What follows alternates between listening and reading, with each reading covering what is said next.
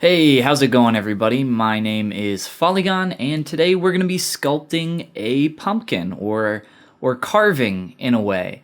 This is a character that I worked on yesterday.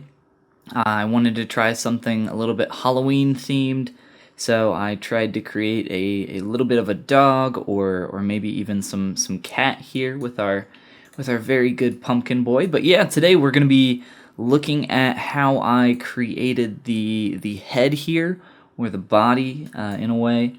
Essentially getting these really just kind of clean forms in here, and that's kind of what we're going to focus on for this video. So let's go ahead and get started here. I'm going to go ahead and turn off perspective and grab a sphere. Click Make Polymesh 3D. And I'm just going to go ahead and click Restore Config up here just to get rid of all those extra subtools, and we can go ahead and get started. Alright, so we're going to go ahead and start with the block out phase of this sculpt. We're going to need symmetry on, but not X symmetry. Today we're going to be working with radial symmetry. So come on up into your transform palette, turn on radial Y, turn off X, and you should get all these dots around your sphere here. And we can up that radial count or lower it. I'm going to keep it on the default of 8 for now, and as well as dynamesh just at the default 128. And that's going to get rid of any pulls that we have going on here. It's also going to allow us to continue to dynamesh as we work. So we have a bunch of different options in terms of tools that we can begin blocking out our sculpt here. I'm just going to use my own personal clay tubes brush down here. You can go ahead and grab a clay tubes brush in the brush palette, just hit the B key and then C, and then right there you can go ahead and grab the clay tubes brush or hit the T key. Mine's a little bit different, but it should be similar enough that you can kind of follow along. So I'm just going to stroke down my mesh, building up this shape, so we're trying to block out that pumpkin shape right now.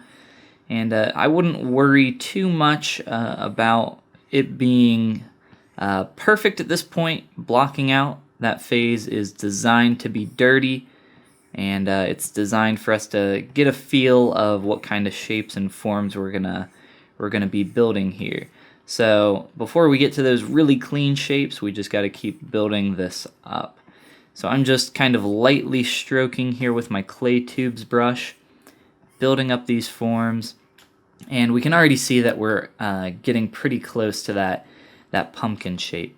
All right, so after you've got to this stage of kind of building up these points, we're pretty much at a point where we can start playing around with our pinch brush, which for me is just 5, or you can come into B again to pull up your brushes, P, and grab your pinch brush. And I am holding the Alt key and very lightly stroking along this crease.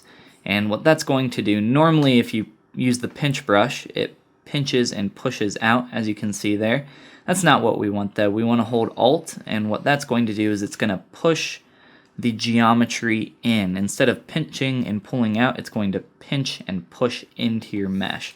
So we can kind of play with that a little bit. Don't use too large of a brush. If you use too large of a brush while you do this, you'll start to pull in surrounding geometry, and that's not what we want. We just want to kind of exaggerate this crease that we have going in there. Another way we can do that is with your damn standard brush. Again, B, D, you should be able to find that damn standard brush. I'm going to use a little bit of a variation on that. I'm going to turn on lazy mouse and set my lazy snap to 0 for you guys. That's going to be over in your stroke palette under lazy mouse. You can find that up here as well under stroke. And turn on your lazy mouse, and I have my lazy step currently set at 0.01 and my lazy radius at 100. That's going to give me the longest possible stroke that I can pull. Oh, well, actually, with the new update, they've increased the radius that you can set that to, but for me, I'm going to keep that around 100. Let's go ahead and subdivide just a couple times here, just to get a little extra geometry in there. It'll help us as we push in this shape. And just very gently I'm going to pull on up here just so that I can pull that shape all the way up into the center. And as you can see here, your other strokes from the radial sim will start to pull in as well. And let's go ahead and do that towards the bottom as well, just to replicate that. Try to pull it into the center as best as you can. If it's not perfect, don't worry about it. And if you want to go up through your pumpkin shape and start to pull that line through there as well, just to exaggerate that even more so, can start to get that set up. And from here, I am going to perform a mirror and weld. So mirror and weld, that's under Tool, Geometry, Modify, Topology, Mirror and Weld. And because we have some subdivision levels, it's not going to be happy. It's not going to let us do that. So go ahead and click Delete Lower, and then perform a mirror and weld.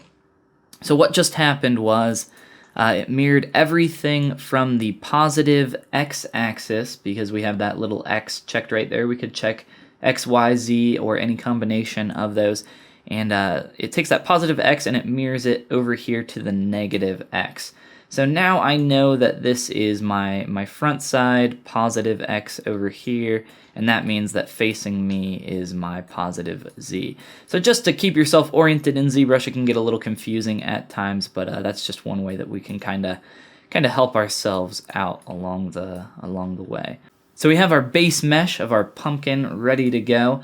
But before we split that up or clean it up or do anything else with it, let's continue with the block out phase and go ahead and throw in a insert sphere to create a stem for our pumpkin. So I'm grabbing the Insert Multi-Mesh Primitive brush so that I can insert a sphere. Of course, that's BI, and then you can use any insert mesh that you want, but again, I'm using that Insert Multi-Mesh Primitive. You might have a window at the top of your screen showing a bunch of different meshes that you can choose from. I have that turned off though, so for me, I just press the M key and it pulls up this little window. You should be able to do the same thing and then click Insert Sphere. And then I can go ahead and just insert a sphere right here in the top. This is going to be our base for our stem. There's a lot of different ways that you could do this, a lot of different geometry that you could insert, but you guys know me, you guys know I like to just throw in a sphere when I can. So let's start by just kind of using our move brush and pulling that shape up, and then from there I'm going to turn off symmetry. I want to go ahead and start working asymmetrically as early as I can with this stem. Stem's not going to be too hard now, but we will want to just use our move brush, or actually let's subdivide up our geometry and maybe grab a little bit of a smaller move brush and start pulling out what are going to be these kind of connection points here for the pumpkin. So we can start pulling out this stem, doing this kind of like a root-like structure here, and we can even subdivide again and pull out maybe some smaller ones if we would like. Don't worry about your geometry getting too thin. We can always thicken that up in a second and just kind of pull that stuff out. I'm going to add a little bit of some curve to this stem from the side and front views, just trying to give it a little more asymmetry. And you can start using your clay tubes brush again, what we're using to block out the pumpkin, but this time to block out some strokes on our stem here. The clay tubes brush is actually pretty good at getting a wooded or wood-like texture just by simply blocking out. You'll probably start to see that come alive a bit more as you start playing with it. But yes, just the clay tubes brush, playing around with getting a few strokes on here, adding some base texture, and bring that all the way up. Don't worry about the end cap being not flat quite yet. We'll be able to slice that off in here in just a moment. So keep playing with that. And as I do this, I think I'm just going to go ahead and fast forward a little bit of me doing the same thing until we get to a nice point here. Alright, so we got our basic shape for our pumpkin stem. If you're not liking your form that you got going on here, you could always pull this around. You can make it a little bit longer, maybe a little bit more curvy if you would like. We do have some subdivision levels in here. So me being able to step back down to that lowest subdivision level and do a quick mask here is going to allow for for me to create a little bit more character with our stem, we can try to get a little bit more rotation in here. So I'm just using my transpose tool to do a quick rotate and try to get a little bit more of a curve in here, a little bit more of a hook. You can play around with that a little bit if you would like, or if you would like to make your stem longer or shorter, whatever you want to do. I would recommend grabbing up some, or pulling up some references of some pumpkins and maybe find one that you like and go from there. Alright, I'm going to do something a little bit different with my pumpkin stem. I am going to get a lot more twist in here. I want to try to do something a little bit more fun with this guy. So I am just turning on solo mode now so that I can only see the pumpkin stem, and I'm going to begin rotating this and pulling it up. I would like to get a little bit more of a spiral going on, a little bit more character, just to make it more interesting and more fun. We will clip off part of it at the end, so don't worry about it being too messy now. And you can always smooth adjust and use your move brush to get things into place a little bit better if you need to. So it's okay if your pumpkin stem is looking quite a bit uneven. It's probably for the best, just to keep it looking even more organic. Alright, once you get your stem to a point that you're liking and you're feeling like you want to move on, we can go ahead and switch to our dam standard brush again. This is what we use to create those sharp cuts in our pumpkin, but instead of cutting into the mesh, this time we're going to do a Z add and add some information on top. So as you can see here, when I make a stroke, it pulls out the mesh instead of what we were getting previously when we pushed in. And we might use a little bit of that, but to add a little bit more of a stem feel here to our pumpkin stem, we're going to use this brush. You might want to drop your Z intensity down a little bit. The brush is pretty strong as it comes default. So just go ahead and play around with that Z intensity. I have mine set to around 20, but you can just go ahead and pull your stroke all the way up using that lazy mouse tool and pulling that up into the tip of your stem. And if your geometry is starting to really stretch thin, you can always subdivide again. And I'm just pulling this up. I'm not being incredibly accurate with this or anything. It's almost better not to be, just to get some more organic shapes in here. And just kind of play around with it, have some fun. It doesn't need to be perfect. It doesn't need to look absolutely beautiful. It's a grody little pumpkin stem after all, so go ahead and play around with it. And I'm pulling out a positive stroke along the structures here that I pulled out. And as I do that, I'm thinking about in some places where I see some detail and too much light coming out, I can also switch back to Z sub and do that between these areas as well, just to kind of exaggerate those shapes a little bit more.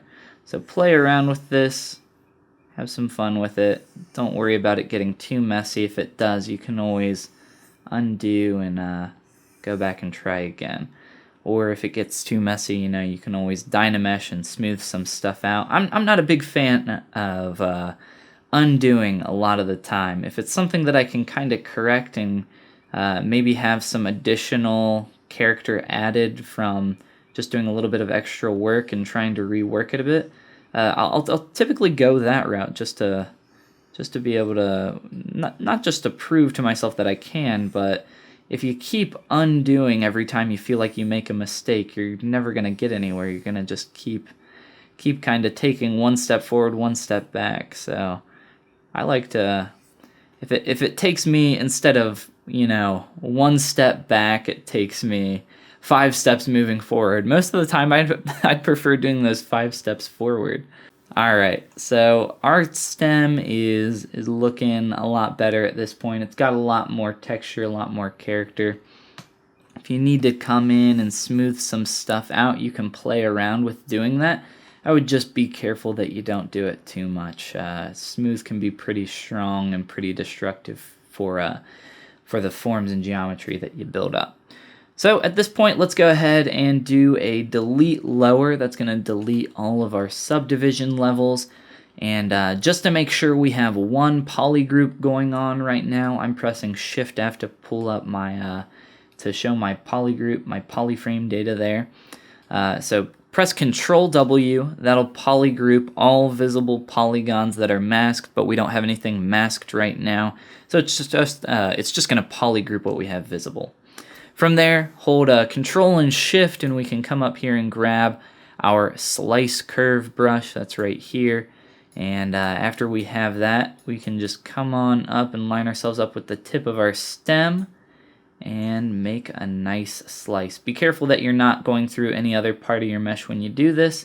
So slice curve, careful not to go through the other stuff there. Slice off the tip, Control Shift click our mesh here, and I'm going to go to delete hidden, and that's modify, topology again, delete hidden, and then we're going to perform a close holes operation to close those holes on the end. Alright, and at this point we have a nice little stem going on here. If you want, you can come in with your clay tubes brush and maybe add a little bit of detail or texture to the end here. It's up to you what you want to do, but I'm just going to kind of rough it up just a bit. I don't want to have it too smooth. It looks a little strange. And once you have everything to your liking, if you want to perform a dynamesh just to kind of clean some stuff up, what I'm doing here is dynameshing, and that's a little bit too low, but I'm dynameshing so that I can kind of redistribute these polygons up here. So I'm going to dynamesh a little bit higher, play around with those settings, and get that to a place that I like. Alright, we have our basic pumpkin kind of blocked out here. We have our gourd as well as our stem. I love the word gourd, by the way. It's just a great word. But let's go ahead and turn off our stem. We'll go back to our gourd for a little bit. You can play around with your shape and adjust any forms you want to before we move forward in splitting up our geometry. Things are looking a little rough in terms of some of these shapes where it gets closer to the poles, but that's okay. We're going to end up splitting everything up into parts, like I said. So what you're going to need for this is you're going to need your mask tool, and specifically we're going to be using the mask lasso. So if you hold the control key, you can come on up here and select the mask lasso. I'm going to start from the center. Again, we're going to turn on polyframe real quick though. Press Control W just to make sure everything's a single poly group. And we can begin by trying to mask off these sections here. Now when you do this, I'm going to do it from the top view. It looks like it carried pretty well through to the bottom. I didn't know how straight it would be. It looks like I did a decent job. But at this point, if it's still a little bit dirty, you can switch to your mask pen tool and go through and clean up some of your masking work here, just to get it as close to this single slice as we can. Once you're happy with it though, go ahead and press Control W, and that will mask off. I'm trying to get a little bit of a different color. That will mask off that little slice there as its own poly group. Now if you look here, it's bleeding over into the other piece. That's okay. It doesn't need to be perfect. It doesn't need to be super clean. I wouldn't worry about it too much. So at this point we can go ahead and Control Shift click on our pumpkin. I'm going to turn on double. That's down in your tool display properties down here. That's going to just make it a little bit easier for me to see what's going on with my backwards facing polygons. Essentially it lets you see the backward side of the normal of the polygon, if that makes any sense. Alright, so masking off another slice. This is pretty much going to be what we do for all of these. Same old. So I'm going to fast forward as I do this, masking off each group, and I'll catch up with you when I'm all done. Alright, so at this point I have masked off everything and created my separate poly groups. As you can see here, It's not perfect in every single spot. Even in the back here where we did a mirror and weld, we got some jank geometry going on. So you might have some similar stuff going on here. But no worries, we're going to be cleaning all this up in a quick second. We're going to be using our select lasso to split these off into individual subtools. Now you don't have to worry about doing a split to parts. If you want to come down into, one second here, where would it be? Under split in your subtool. I have it in my quick menu here, so it's a little hard for me to remember occasionally, but down here in split you have split to parts. That's going to split your polygroups into individual parts. I am personally not a fan of doing that method. I'd like to do it just manually so I can have everything in the order I want it to be. So instead of split to parts, we're going to do split hidden.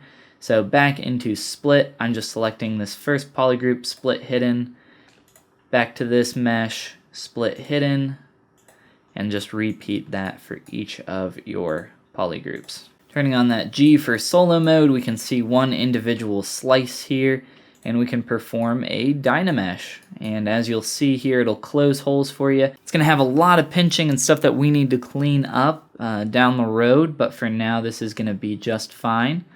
If you want to keep some of your texture in there, you might want to do a little bit of a higher dynamesh. But for me, I'm just going to keep it pretty low and do around 300. I'm going to control click this inside facing polygroup here towards the inner portion of the pumpkin, and using my transpose tool, I'm going to click that inner white circle, switch to scale and scale in, and then move out.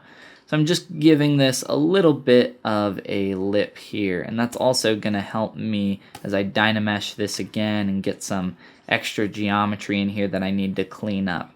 So we're going to do this same exact process for all these pieces, where we go in here, do a dynamesh quickly around 300 polys. This is going to have a little bit of an inner loop. It's going to close the holes there.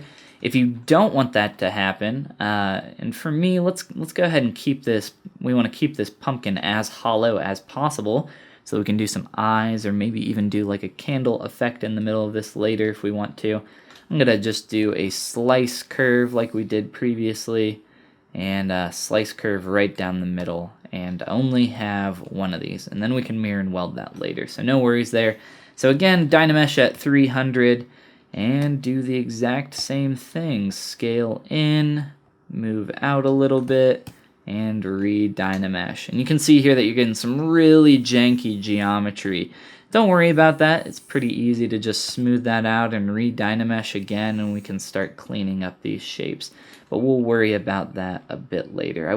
The only thing that I would probably worry about is if you're getting some really flat geometry where you get some holes and stuff. Try to get rid of that as quick as you can.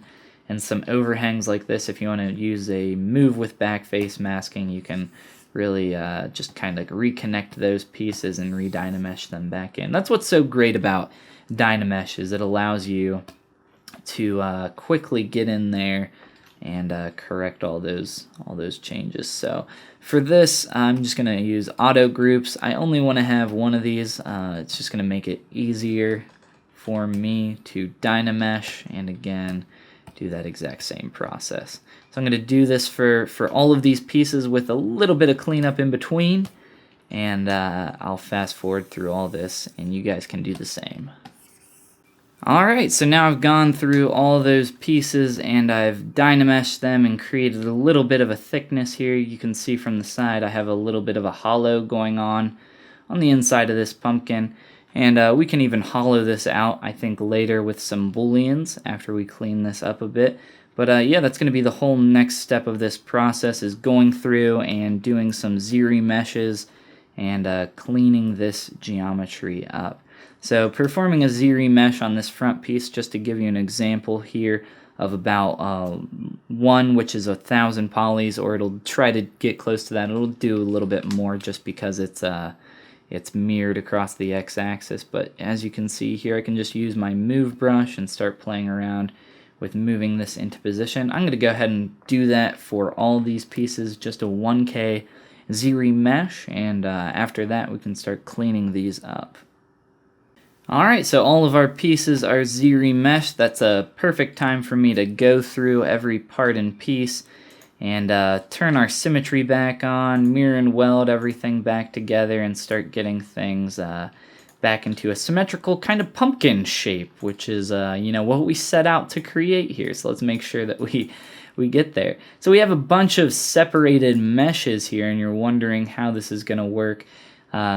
It's looking a little dirty at this moment, but with a little smooth and a little inflate, I think we can get exactly where we want to be. Can try an inflate of maybe about 5. That might not be enough. It looks like we're going to have to do a little bit more than that. So I'm going to start out with an inflate of around 15 for each piece, just to kind of start closing up those gaps in there. And we can go through there. Again, that inflate is in Tool, Deformation, down here at the bottom, Inflate. So just inflate, I'm just doing a 15. And for me, it's easier to just press 15 and then Tab and get that applied really quick. Alright, cool. So starting with this first piece, I'm just going to subdivide it once, just so I have a little bit more polygon data in there, and use my Move brush to start adjusting this into place. I'm just trying to really kind of clean this up. I'm kind of want to start really clean, and if we want to go a little bit more organic along the way, we can kind of start adding that texture back in there. While you're working though, if you want all that old texture back, you can always perform a bunch of undos and get that original pumpkin that you had, and you can project some details and some information back from that back onto these meshes if that's something you would like to do. But for us, I think right now we're just going to go ahead and clean this up and start to add that back in there if we need it. So continuing to just smooth out and adjust some of these shapes using that Move brush, like I said, to get some of these into position. Play with that geometry and get it a little bit closer to that really clean pumpkin shape that we want. You can even turn on your stem if you want to turn that back on as we start to see what's going on with our entire shape here. If you would like, you can merge all these pieces back together, and then you have some really just clean geometry going on here, and a bunch of really easily selectable different tools that you can cycle between, or polygroups if you want to combine them. Whatever you want to do, but for us, I think I'm pretty happy with the shape as a whole for the pumpkin. But if you would like to adjust the shape and do something, we can go ahead and do a little trick here. Or actually, I'll keep the stem on just so that we can see how this works. If you go into your Z plugin, turn on Transpose Master, and go into T Pose Mesh here. Don't click that. That was an accident. You can see here that everything is now adjustable from here, so I'm going to turn that symmetry back on. Grab my mask pen, again that's up there by holding Control, clicking mask pen, and I'm just going to add a little bit of some squash in here, so I'm just marquee selecting that mask, Control clicking to soften that mask, and getting a little bit of some squash in here. And I'm going to do the same thing for the bottom. So we'll adjust the shape of our pumpkin just a tad. Can pull this up, play with that. And I think that's good. We don't need to do anything crazy with it. Just a little bit of some squash going on. Squash for our squash. It's not really a squash, but a squash is a gourd. All squashes are gourds, but not all gourds are squashes. And that might not even be correct. Someone who's a gourd master, a gourd farm boy in the comments can, or farm girl, whatever, farm person, you can let me know. A little bit more adjusting just on that bottom piece there, a little bit of a tight transition that I didn't like. But once you have your pumpkin shape where you want it, you can start subdividing these pieces, start adding some more texture back in there. Again, look at some references for pumpkins, but that's pretty much the basics for creating your very own pumpkin. But from here, I don't want to add any extra detail at this point, so I think I'm just going to go through and start doing some pumpkin carving, right? And we're going to end up using our brand new ZBrush for our 8 tools. And the tool that we're going to be using is Live Boolean. And if you're not familiar with a Live Boolean, I have a great how-to ZBrush video. I'll try to link that up in the top right-hand corner if you want to check that out. If you've never used Live Boolean before, there's a great little tutorial on it there for you. And I'm ready to move forward and create some eyes and carve into our nice clean pumpkin here. So for that, I'm going to duplicate a piece and turn this as a start group. We're going to do some Boolean operations again. For this mesh, you don't have to duplicate. You could always append a cube. But personally for me, I want to initialize this into a perfect cube. So 1, 1, 1. Make sure you don't have any poly groups, or subdivision levels. And click Q cube.